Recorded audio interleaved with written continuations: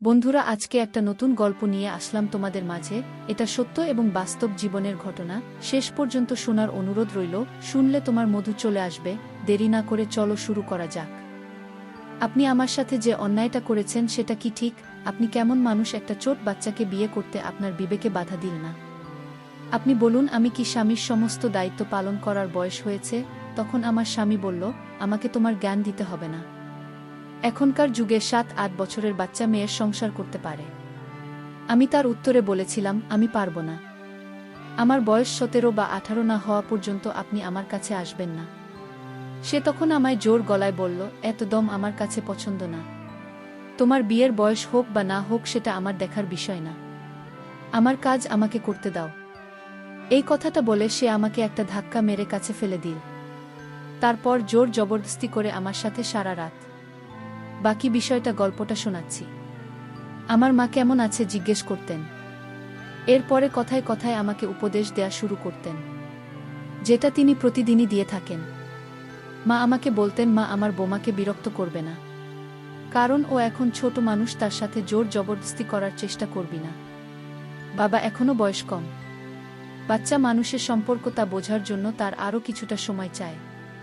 আমি কোনো সম্পর্কে কথা বলছি, তুই নিজেই বুঝতে পারছিস আমি কি বলতে চাইছি। সে এখনো খুবই ছোট, এর স্বামী স্ত্রীর সম্পর্কের কষ্ট হয়তো এখনো সে সহ্য করতে পারবে না। মায়ের কথা শুনে আমার মাথা নিচু হয়ে গেল। মায়ের এই একই কথা প্রতিদিন শুনে আমি ভীষণ লজ্জায় পড়ে যেতাম। আমি একজন যুব পুরুষ, সব কিছু বোঝার মতো আমারও বয়স হয়েছে, কিন্তু জানি না আমার মা কেন আমাকে বিশ্বাস করতে পারে না। আজ অবধি আমি বুঝতে পারলাম আমার মা কি চায়। তিনি নিজেই আমার বিয়ে একটা ছোট মেয়ের সাথে করিয়ে দিলেন, আর বিয়ের পর থেকে প্রতিদিন আমার মা আমাকে একই উপদেশ দিয়ে যাচ্ছেন যে নিজের বউয়ের কাছে যাবি না, ওর সাথে কিছু চেষ্টা করবি না, ওকে কিছুটা সময়, আর এখনই তার সাথে ঘনিষ্ঠ হচ্ছে না। এই সম্পর্কে নেভানোর জন্য এখনো খুব ছোট। মায়ের এই কথাটা খুব অদ্ভুত লাগত যে মেয়ের বিয়ে হয়ে গেছে, যার বাড়ির লোকেরা তার বিদায় দিয়ে দিয়েছে, তাকে আমার মা এত ছোট প্রমাণ করত যেন সে কয়েক বছরের বাচ্চা মেয়ে। আমি প্রতিদিনের মতো মাথা নিচু করে বসে রইলাম। তারপরে যখন নিজের ঘরে গেলাম তখন আমার স্ত্রী মাথা নিচু করে ঘর থেকে বেরিয়ে গেল। আমি কিছুটা অবাক হতাম। আমি ওর স্বামী, কোনো পরপুরুষ না, কিন্তু ও সবসময় আমাকে দেখে সংকুচিত হয়ে থাকত। যখনই আমি ঘরে ঢুকতাম তখনই ঘর থেকে বেরিয়ে যেত। হ্যাঁ, আমি মানছি ওর বয়স কম, কিন্তু এতটাও না যে ও আমার সাথে বসে দুইটা কথা বলতে পারবে না। আমি তো আর মায়ের কথা ছাড়া কিচ্ছু করব না, সে যাই বলে আমি তা ও মানতে রাজি আছি। কিন্তু ও তো ভুল করেও আমার সাথে কথা বলে না। আমার বউয়ের নাম ইভা মনি, ওর বয়স এখন 12 বছর, আমার বয়স 20। আমি মানছি ওর বয়স কম, কিন্তু আমিও কোনো অশিক্ষিত অসভ্য লোক না যে ওকে কোনো কষ্ট দেব। আমার স্ত্রী হওয়ার পরেও নিজেকে আমার সামনে লুকিয়ে রাখতে এখন আমার মায়ের উপরে রাগ হচ্ছিল। এই সব কিছু আমার মায়ের কারণেই হয়েছে। তার প্রতিদিনের দেওয়া উপদেশ আমার বোনের মাথা খারাপ করে দিয়েছে, আর মায়ের উপদেশের কারণেও সবসময় আমার থেকে দূরে দূরে থাকত। মাঝে মাঝে আমার মনে হতো ইমামনি সত্যিই খুব অবুঝ মেয়ে, এসব ব্যাপারে কিছুই বোঝে না। আমি ওকে বিরক্ত করার চেষ্টা করতাম, তবু আমাকে দেখে খুব ঘাবড়ে যেত। রাতে আমরা দুজনে একই ঘরে ঘুমাতাম, আর নিজের বুকে এত কাছে দেখে মাঝে মাঝে রাতের বেলা আমার ঘুম আসত না। কিন্তু মাকে দেওয়া কসমের কারণে আমি কিছু পারতাম না। আমার মায়ের কথা মতো আমার বুকে কমপক্ষে 2 বছর সময় দেওয়া উচিত। ওর বয়স না বাড়া পর্যন্ত আমি যেন অপেক্ষা করি। একটা কথা আমি কিছুতেই বুঝতে পারতাম না যে যদি আমি ওর স্বামীর দায়িত্ব পালন না করতে পারি, তাহলে আমার মা ওর সাথে আমার বিয়ে কেন দিয়েছিলেন। কয়েক বছর অপেক্ষা করে তারপরে না হয় এই বিয়ে করতাম।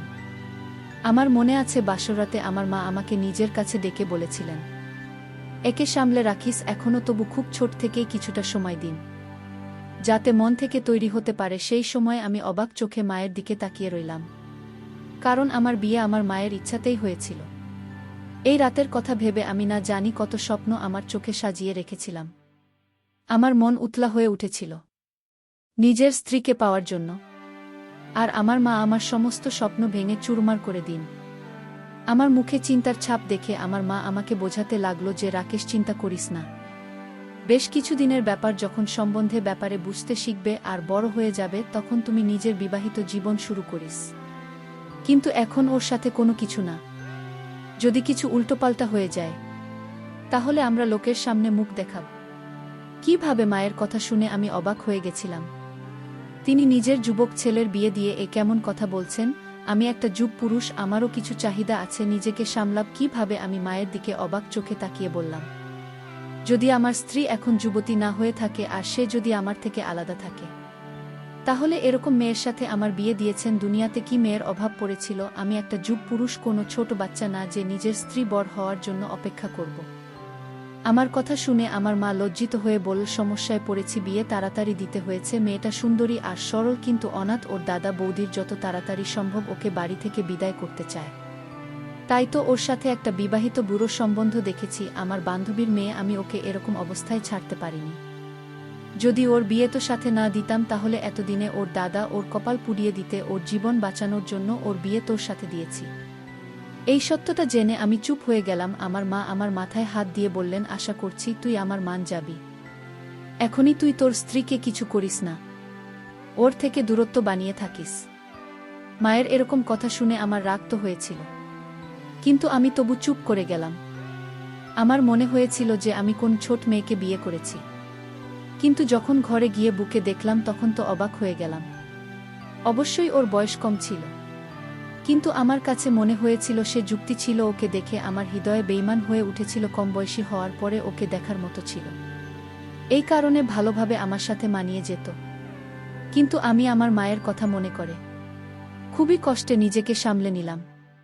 না হলে ইভা মনের সৌন্দর্য তো আমাকে পাগল করেছিল।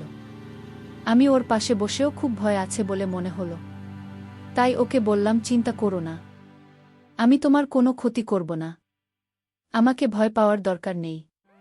আমি যখন ওর পাশে গিয়ে বসলাম তখন সে ভয়ে কাঁপছিল। আমি অনুভব করতে পারছি যে ওর চোখে জল এসে গেছে, ওর গোলাপি মুখ ভয়ের কারণে সাদা হয়ে গেছে। আমি ওকে সান্ত্বনা দিয়ে বললাম, ইভা মনি, তোমার এতটা ভয় পাওয়ার দরকার নেই, আমি তোমার সাথে কোনো জোর করব না। আমি অবাক হয়ে ভাবছিলাম যে ও আমাকে দেখে এতটা ভয় কেন পাচ্ছে। ওর চোখে মুখে ভয় পরিষ্কার বোঝা যাচ্ছিল, যদিও আমি কোনো শব্দিত টাইপের মানুষ না। সবে মাত্র কিছুদিন আগে আমি চাকরি পেয়েছি আর আমার মা হঠাৎ করে আমার বিয়ে দিয়ে দিলেন। আমি তো এই হঠাৎ বিয়ের কথা শুনে হতভম্ব হয়ে গিয়েছিলাম।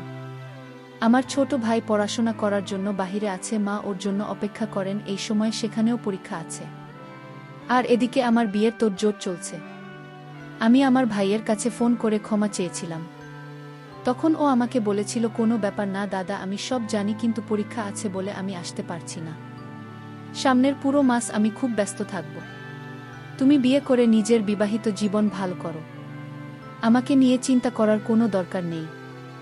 ভাইয়ের রাগ না হওয়া আমাকে পুরোদমে অবাক করে দিয়েছিল। আমরা দুই ভাই একে অপরের খুব কাছাকাছি ছিলাম না, কিন্তু আমি আমার ভাই এবং বোনকে খুব ভালোবাসতাম। নিজের বিয়ের সময় ভাইয়ের অনুপস্থিতি আমি অনুভব করতে পারছিলাম, কিন্তু আমার ভাইয়ের তো কোনো ব্যাপারই ছিল না। বিয়ে সুন্দরভাবে হয়ে গেলে আমার কোনো সমস্যা হয়নি, কিন্তু এখন মায়ের ব্যবহার আর বউ আমার থেকে পালিয়ে বেড়ানো। মায়ের সবসময় আমাকে উপদেশ দেওয়া যে নিজের বুকে কোনোমতে কষ্ট দিবি না। কিছুই বুঝতে পারছি না। আমার মা সবসময় বলতো, ইবা মনে এখনো ছোট বাচ্চা, কিছুই বোঝে না, এটা সেটা, কিন্তু এটাও সত্যি যে আমার স্ত্রী কোনো ছোট বাচ্চা না, পুরো যুবতী মেয়ে। ওর সেজেগুজে রেডি হয়ে নিজের বান্ধবীদের সাথে দেখা করতে যেত, তাদের সাথে হেসে হেসে কথা বলতো। শুধু আমার সাথে কথা বলতো না, ব্যাস আমি ওকে মন ভরে দেখতাম। কিন্তু আমার মাথায় সব সময় আমার মায়ের উপদেশ ঘুরতে থাকতো। কিছুদিনের মধ্যেই আমার মেজাজ খিটখিটে হতে লাগল। সাধারণ ব্যাপার নিয়ে আমি রাগান্বিত হতাম। আমি একটা যুবক ছেলে, আমার আবেগ আমাকে শান্তিতে থাকতে দিত না। আমার বউ আমার বিছানাতে এক সাইডে শুয়ে থাকত। রাতের পর রাত আমার ঘুম আসত না। মন চাইতো সব কিছু ভুলে আমি বা মনিকে, কিন্তু মায়ের কথা ফেলতে পারছিলাম না। যদি তিনি জানতে পারেন তাহলে আমার সম্মান তার চোখে শেষ হয়ে যাবে, এই ভেবে আমি নিজেকে সামলে করে নিতাম। এটা এমন একটা বিষয় যাতে নিজের বউয়ের থেকে দূরত্ব বানিয়ে থাকতে হচ্ছে। এখন আমার অফিসের কাজে মন বসছে না। আমি মনে প্রাণে চাই তা যখন আমি ক্লান্ত হয়ে বাড়ি ফিরব তখন আমার স্ত্রী এসে আমার যত্ন করবে। রাতে যখন ক্লান্ত হয়ে ঘুমাব তখন সমস্ত ক্লান্তি ভুলে ওর সাথে শান্তিতে। আমার মন চাইতো যখন সেজেগুজে রেডি হয় তখন আমি ওর প্রশংসা করি, ওর জন্য বিভিন্ন গিফট নিয়ে আসি। কিন্তু আমাদের মধ্যে এরকম কোনো সম্বন্ধই নেই। যদি আমি ভুল করি ওর জন্য কোনো গিফট নিয়ে আসতাম বা কখনো প্রশংসা করে দিতাম, তখন এমন ঘাবড়ে যেত যে আমি কোনো অপরাধ করে ফেলেছি। ওর সুন্দর মুখের উপরে ভয়ের ছাপ স্পষ্ট ফুটে উঠত, আরও তাড়াতাড়ি করে দৌড়ে আমার কাছ থেকে পালিয়ে যেত। এইসব কিছুই খারাপ লাগত। তাই আমি বা মনিকে অবস্থাতেই ছেড়ে দিলাম। কিন্তু চাইলেও আমি ওকে দেখা করতে পারছিলাম না। আমরা একই ঘরে থাকতাম, একই বিছানায় ঘুমাতাম। আমি তো তবু, ওর স্বামীও যখন সেজেগুজে থাকত তখন আমার চোখের দিক থেকে সরতই না। আমার এইভাবে তাকানো আমার মা বুঝতে পেরে যেত, আর আমাকে পেয়ে বলতো, তখন এটা কি রকম ব্যবহার? আমি দেখছি তুই বা মনের দিকে একটু বেশিই নজর দিতে শুরু করেছিস। তুই কি আমার কথা ভুলে গেছিস? মায়ের কথা শুনে আমি লজ্জায় পড়ে যেতাম। মাকে খুব ভালোবাসতাম, তাই মায়ের কথা অমান্য করে কিছু করতে পারছিলাম না। তাই আমি মাকে বললাম, যদি তুমি আমাকেই বা মনির থেকে আলাদা রাখতে চাও, তাহলে আমার বিয়ে কেন ওর সাথে দিলে? আর যদি আলাদা রাখতে হবে ওকে তোমার ঘরে, শোনাও, আমার ঘরে পাঠিয়ে না। আমার নিজের উপর সামলাতে খুব অসুবিধা হয়। আমার মা ও অদ্ভুত, আমি ওকে দেখতে পারবো না, আমি কিছু করতে পারবো না। যখন আমি অফিস থেকে ক্লান্ত হয়ে বাড়ি ফিরতাম, তখনও রান্নাঘরে কাজে ব্যস্ত থাকত, আর খাবার খেয়ে ঘরে এসে ওকে এক পলক দেখার জন্য আমি ঘন্টার পর ঘন্টা অপেক্ষা করতে থাকতাম। কিন্তু ঘরে আসতো না। ক্লান্ত শরীরে অপেক্ষা করতে করতে যখন আমি ঘুমিয়ে পড়তাম, তখনও চুপচাপ এসেই বিছানার এক কোণে শুয়ে পড়ত। এরকম ভাবে কাজ ছিল একবার। আমি নিজের উপর কন্ট্রোল করতে না পেরে তার পাশে গিয়ে যখন বসলাম, আর তাকে যখন বললাম, তোমার হাতটা বের করো, আমি আজ তোমায় একটা গিফট দেব। সে যখন না করছিল, আমি তাকে বললাম, হাতটা বের করে বলছি, আর এতেও চিৎকার চেঁচামেচি করতে শুরু করে দিল। চিৎকারের আওয়াজ শুনে আমার মা ও ঘরের মধ্যে এসে বলল, আমাকে হাজারটা কথা শুনিয়ে দিন বলতে লাগল, তোর লজ্জা করে না? আমি তোকে কতবার বুঝিয়েছি যে ও এখনো ছোট্ট বাচ্চা, ওকে কিছুটা সময়, কিন্তু নিজের উপর একটু কন্ট্রোল নেই। এবার আমারও রাগ এসে গেল। আমি বললাম, না, তুমি আমাকে আরিভা মনিকে বিয়ে দিয়েছিলে কেন? নিজের স্ত্রীকে পাওয়ার প্রাকৃতিক ব্যাপার যেটা আমার ভিতরে জেগে উঠেছিল। আমি কোনো অন্যায় কাজ করিনি। আমার মা এটা জানতো না যে স্বামী স্ত্রীর মধ্যে এভাবে নাক গলানো উচিত না। এই ব্যাপারটা আমাকে রাগিয়ে দিয়েছিল। আমি রাগান্বিত হয়ে আমি সিদ্ধান্ত নিলাম, আজ রাতে আমার কিছু করতে হবে। সে না চাইলেও আমি আজ আমার পাওনা আদায় করে নেব। তারপর রাতে যখন তার রুমে গেলাম, সে আমায় বলল, আপনার মা নিষেধ করা সত্ত্বেও আপনি আমার ঘরে আসেন কেন? আমি বললাম, সেই জবাব কি তোকে দিতে হবে? এই কথা বলে আমি তাকে বিছানায় ধাক্কা মেরে ফেলে দিলাম। তারপর বন্ধুরা বুঝতেই পারছেন কি করেছিলাম। কিন্তু বন্ধুরা, আমি তা করে ভুল করেছিলাম। কারণ কিছুক্ষণ পর আমার স্ত্রী অজ্ঞান হয়ে পড়েছিল। তারপর তাকে হাসপাতালে নিয়ে গেলাম। কিছুদিন সে সুস্থ হবার পর তাকে বাড়িতে নিয়ে আসলাম। তারপর কিছুদিন পর আমি ইতালি চলে গেলাম।